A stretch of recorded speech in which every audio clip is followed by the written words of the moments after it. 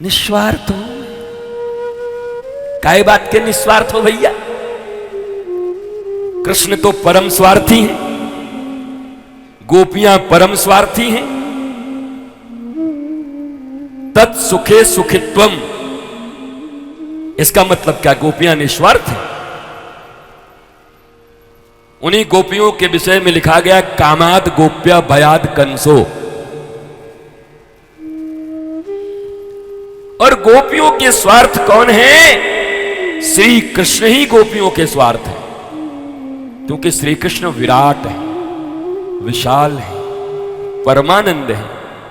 छोटी छोटी चीजों में स्वार्थ बनाते हो, पर जो परमानंद विराट है, जहां तुम्हारा सुख चैन आनंद छिपा है, वहां स्वार्थ नहीं बनाते।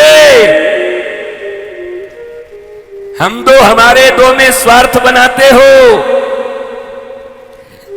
बिस्तर बढ़िया न मिले तो स्वार्थी हो जाते हो।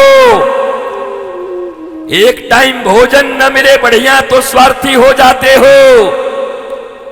पीने को सिगरेट टाइम पर न मिले तो स्वार्थी हो जाते हो।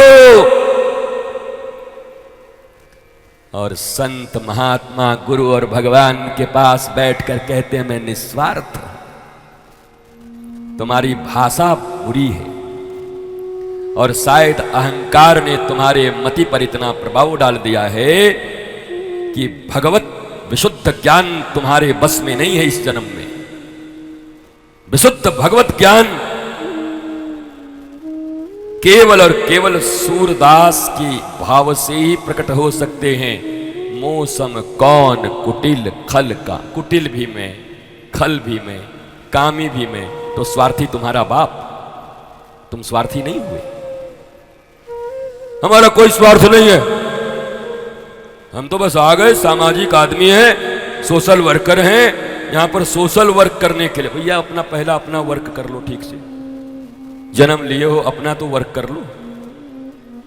83,99,999 योनियों में कुत्ते, गधे, भेड़ी, मच्छर, बैक्टीरिया बनकर के तो मनुष्य बन के आए हो। अपना वर्क तो ठीक ठीक से कर लो। सोशल वर्क करने निकले हो, सोशल। भागवत की कथा में व्यवहारिकता भी मना है, ध्यान दो। भागवत के कथा में, अनुष्ठान में, राम की कथा में व्यवहार भी नहीं करना चाहिए। आइए कब आए, वर्जित है। जो जब आए, जहां आए, व्यवस्थाएं बना दीजिए। आए, बैठे, सुने, जाए।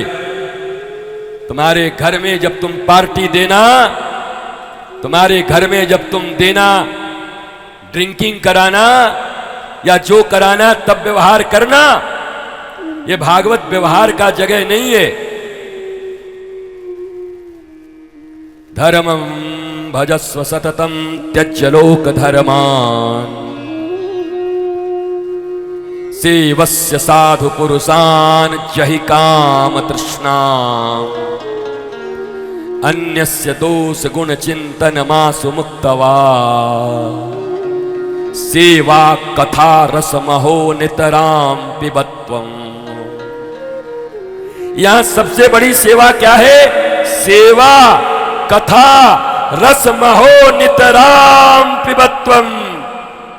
भागवत सुनने आए हो और भागवत के महात्म के श्लोक के अर्थ को सुनना नहीं चाहते, मानना नहीं चाहते। धर्मं भजस्व सततम त्यज्य लोक धर्मान। ये लोक धर्म है। कौन आया, कौन गया, कहां बैठा, क्या क्या, व्यवस्थाएं बना दीजिए। आए जाए, बैठे जाए, स्वागत है। मैंने तो श्रोता को भगवान का दर्जा दिया। श्रोता भगवान होते, ईश्वर होते, ठाकुर जी जैसे। भगवान की कथा भगवान के सिवा सुन भी कौन सकता है? किसमें इतनी शक्ति है? श्रीमद् भागवत की कथा को देने वाले भी नारायण, लिखने वाले भी व्यास नारायण भगवान, सुनाने वाले भी सुखदेव, वो भी राधा रानी के स्वरूपा हैं। बोलने वाला, लिखने वाला, कथा सुनाने वाला, और तो और छोड़ो, पहली कथा सुनने वाला भी भगवान। कौन? परीक्षित है। परीक्षित को भगवान कहिएगा? है भगवान। क्यों? अश्वत्थामा ने जब ब्रह्मास्त्र चलाया, उत्तरा के गर्भ में आकर के ब्रह्मास्त्र ने परीक्षित को मार दिया था। ध्यान से सुनो कथा। ब्रह्मास्त्र अमोघ है। अश्वत्थामा ने मारा द्रौपदी के बहू को, उत्तरा को। अभिमन्यु की पत्नी को। गर्भ में था परीक्षित, ब्रह्मास्त्र से मर गया। ब्रह्मास्त्र भी अमोघ है और श्री कृष्ण भी अमोघ हैं। तो श्री कृष्ण उत्तरा के गर्भ में प्रविष्ट होकर के ब्रह्मास्त्र को कहा, पहले तू अपना काम कर दे, फिर मैं जनार्दन श्री कृष्ण अपना काम करता हूं, नया परीक्षित पैदा कर देता हूं। तो भगवान ही परीक्षित के रूप में उत्तरा के गर्भ में प्रविष्ट हो गए।